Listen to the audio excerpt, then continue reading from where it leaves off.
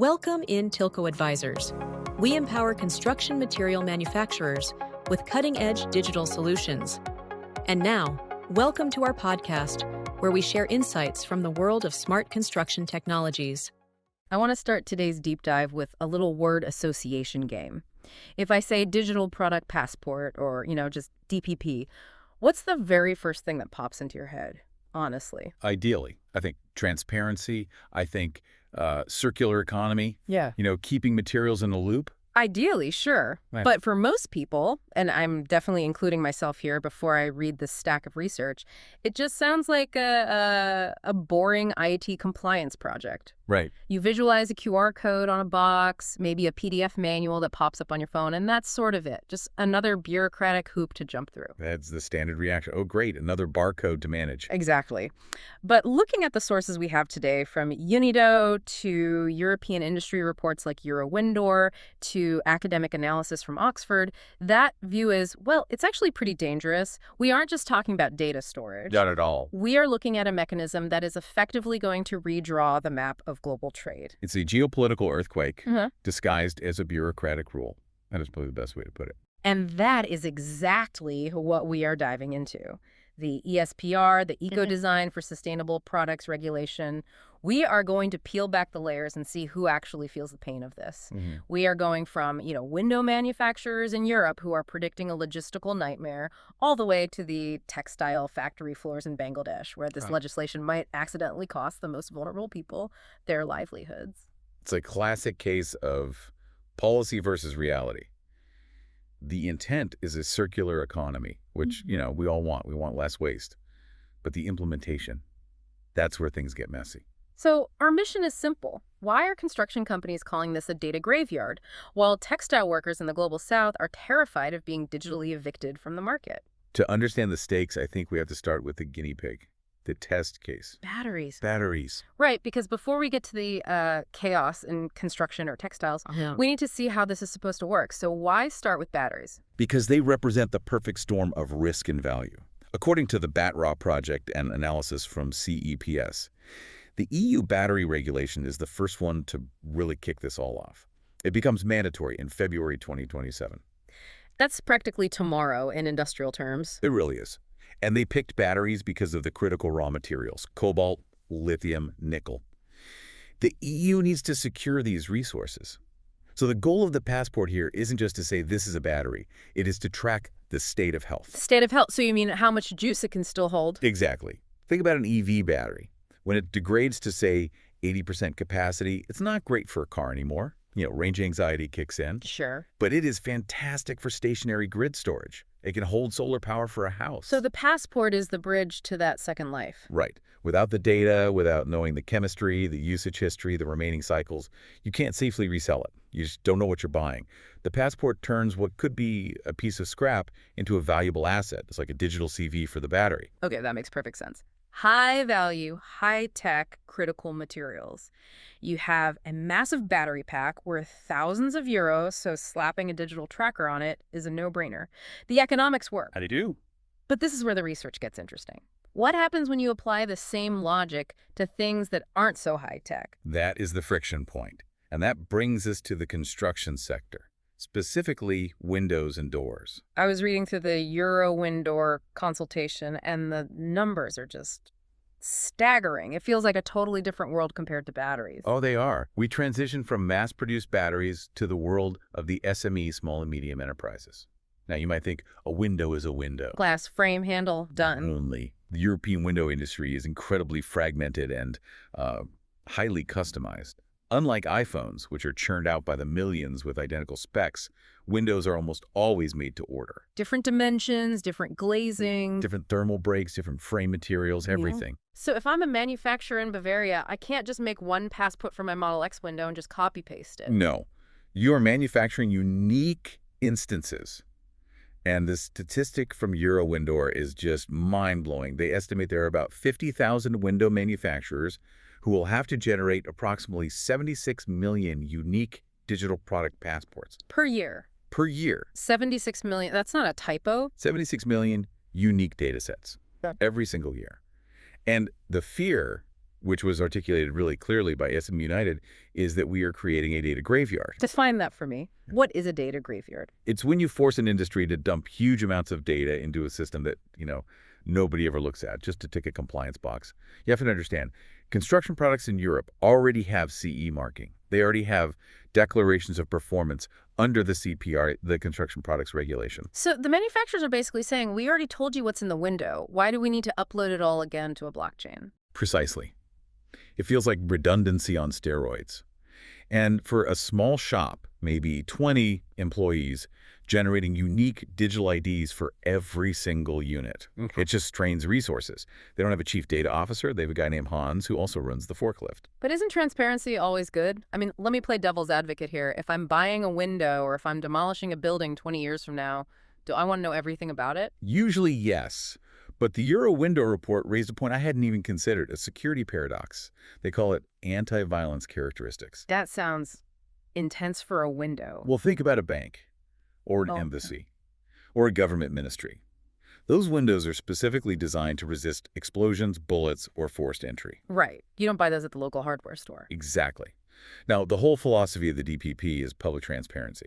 You scan the code, you see the specs. Oh, I see where this is going. If you put a QR code on the outside of a bank window that says, this is Model X, susceptible to forced entry at point Y, or, rated only for 9mm rounds, you have just handed a blueprint to the bad guys. You've digitized the security vulnerabilities. Exactly.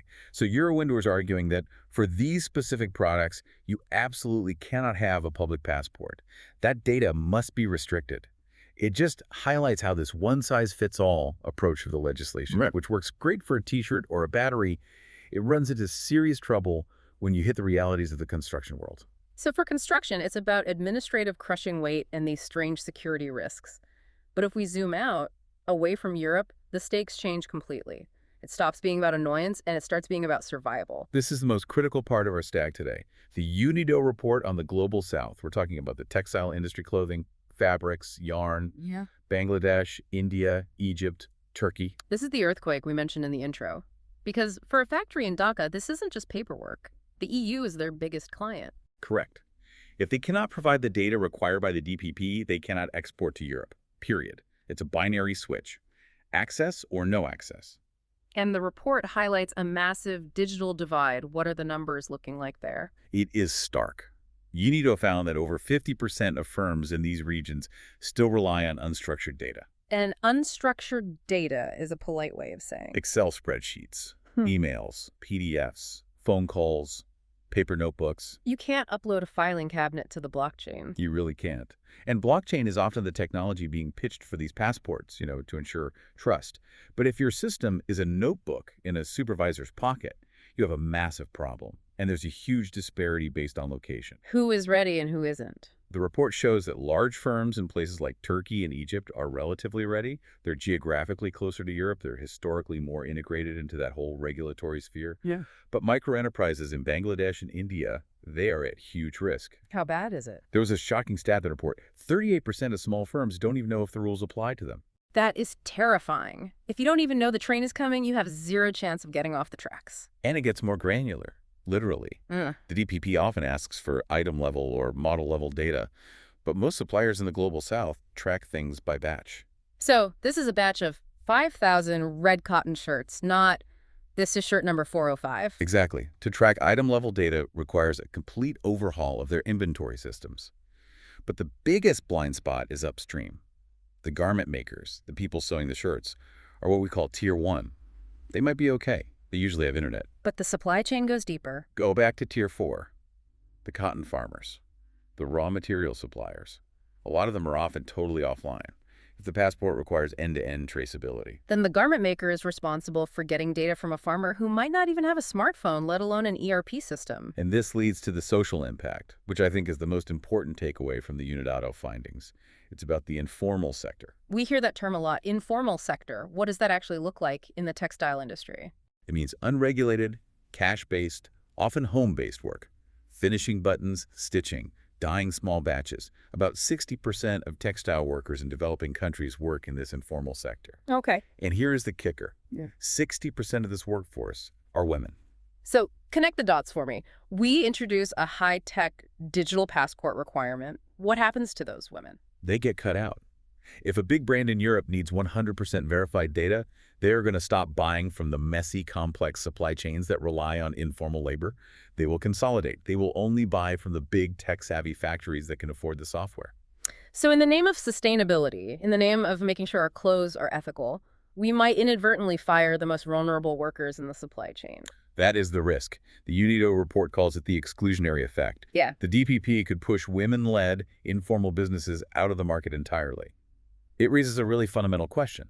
Are we defining sustainability only in environmental terms while ignoring the social cost? That is a heavy realization. We're optimizing for data, not for people. Precisely. And it creates a very real dilemma for policymakers. Do you push for the perfect data set? Or do you protect the livelihoods of the people making the products? Okay, that is the heavy stuff, and it's crucial.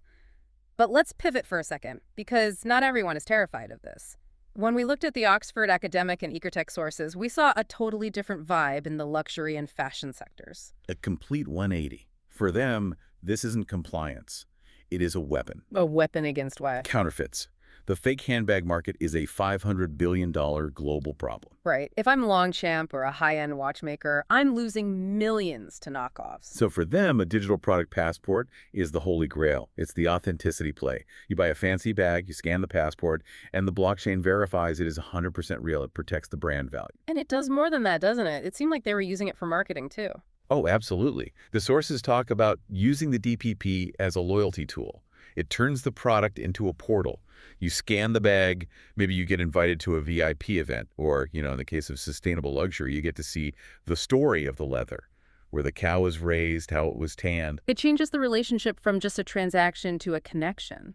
Exactly. And it isn't just consumer goods. Look at Aramet. They are a mining and metals company. You would think they would hate this regulation. Mining is usually pretty old school. But they are using their Eritrace platform to share CO2 data and ESG indicators with their clients. So transparency becomes a sales pitch. Buy our steel because we can prove it is greener than the other guys. Precisely. In the luxury and high-end B2B worlds, transparency is a competitive advantage. In the global South textile market, it's a barrier to entry. That is the duality of the DPP. It depends entirely on where you sit in the food chain. But regardless of whether you love it or hate it, or whether you're selling windows or watches, you have to implement it. And that brings us to the tech reality check. Because the Taito Every and Ecotech sources suggest the engine under the hood is complicated. Complicated is generous. We talked about Excel sheets earlier, but even for companies with computers, connecting everything is the tech gap. What's the hurdle? Legacy systems. Most manufacturers are running old ERP systems, or manufacturing execution systems, MES. These things were built in the 90s or early 2000s. They were not built to talk to a blockchain. It's like trying to plug a USB drive into a typewriter. That's a pretty good way to put it, yeah. So you need middleware software that sits in the middle and translates. But more importantly, you need interoperability. Meaning everyone needs to speak the same language. Right. If a factory in Vietnam uses one data format and a recycling plant in Germany uses another, the passport is useless. The expert consensus is that we need global standards, like GS1. The people who brought us the barcode. Exactly. If the scanner in Germany can't read the tag from Vietnam, the loop isn't closed.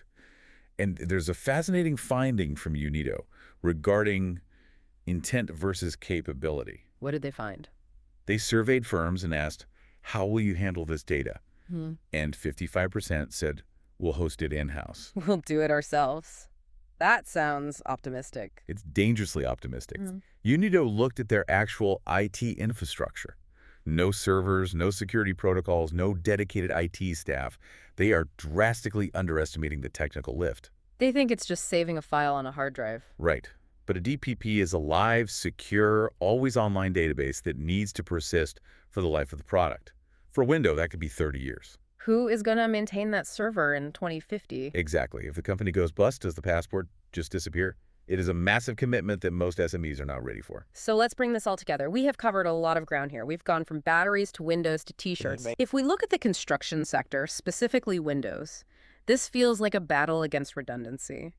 They're drowning in paperwork for custom products, and ironically, too much transparency creates a security risk for banks and embassies. Correct. For them, it is high effort, questionable reward. Then we have textiles in the global south. For them, this is an existential threat. It's a trade barrier that requires skills and tech they just don't have. And the tragedy is, if they fail, the most vulnerable workers, women in the informal sector, pay the price. It risks widening the gap between the rich, tech-savvy North and the developing South. It formalizes the economy in a way that, well, it excludes the poor. But then for luxury, it's a VIP pass. It's marketing. It's anti-counterfeit. It's a strategic asset. So for the listener, why should they care? Most people listening aren't manufacturing windows or sewing shirts. Because as a consumer, you are about to get X-ray vision. Soon, you will be able to scan a product and see everything, where it came from, who made it, what is in it. That is a superpower. Right. But you need to understand the price of that transparency. The price isn't just the cost of the tag. It is the restructuring of global business. We are building a system for total transparency. But my final provocative thought is this. Are we accidentally designing a system that only the biggest, wealthiest companies can afford to use? That's the real danger. Will the digital product passport become a VIP pass that leaves the smallest players behind? If we want a truly circular economy, we can't just design it for the Apples and the Longchamps of the world. It has to work for the window maker in Bavaria and the cotton farmer in India. If it doesn't, we aren't creating a circular economy. We are just creating an exclusive club. That is a powerful thought. So next time you see a QR code on a product, don't just think of it as a link. Think of it as a geopolitical filter. It is deciding who gets to play the game and who gets left on the sidelines. It's a small square with a massive impact. Thanks for diving deep with us today. A pleasure. See you next time. That's it for today's episode. We hope you enjoyed exploring how digital workflows are transforming the construction industry. Don't forget to subscribe and join us next time for more insights into building smarter. Head over to our website. You'll find everything you need to keep building smarter. To give you the best listening experience, our audio is enhanced with the support of AI technology.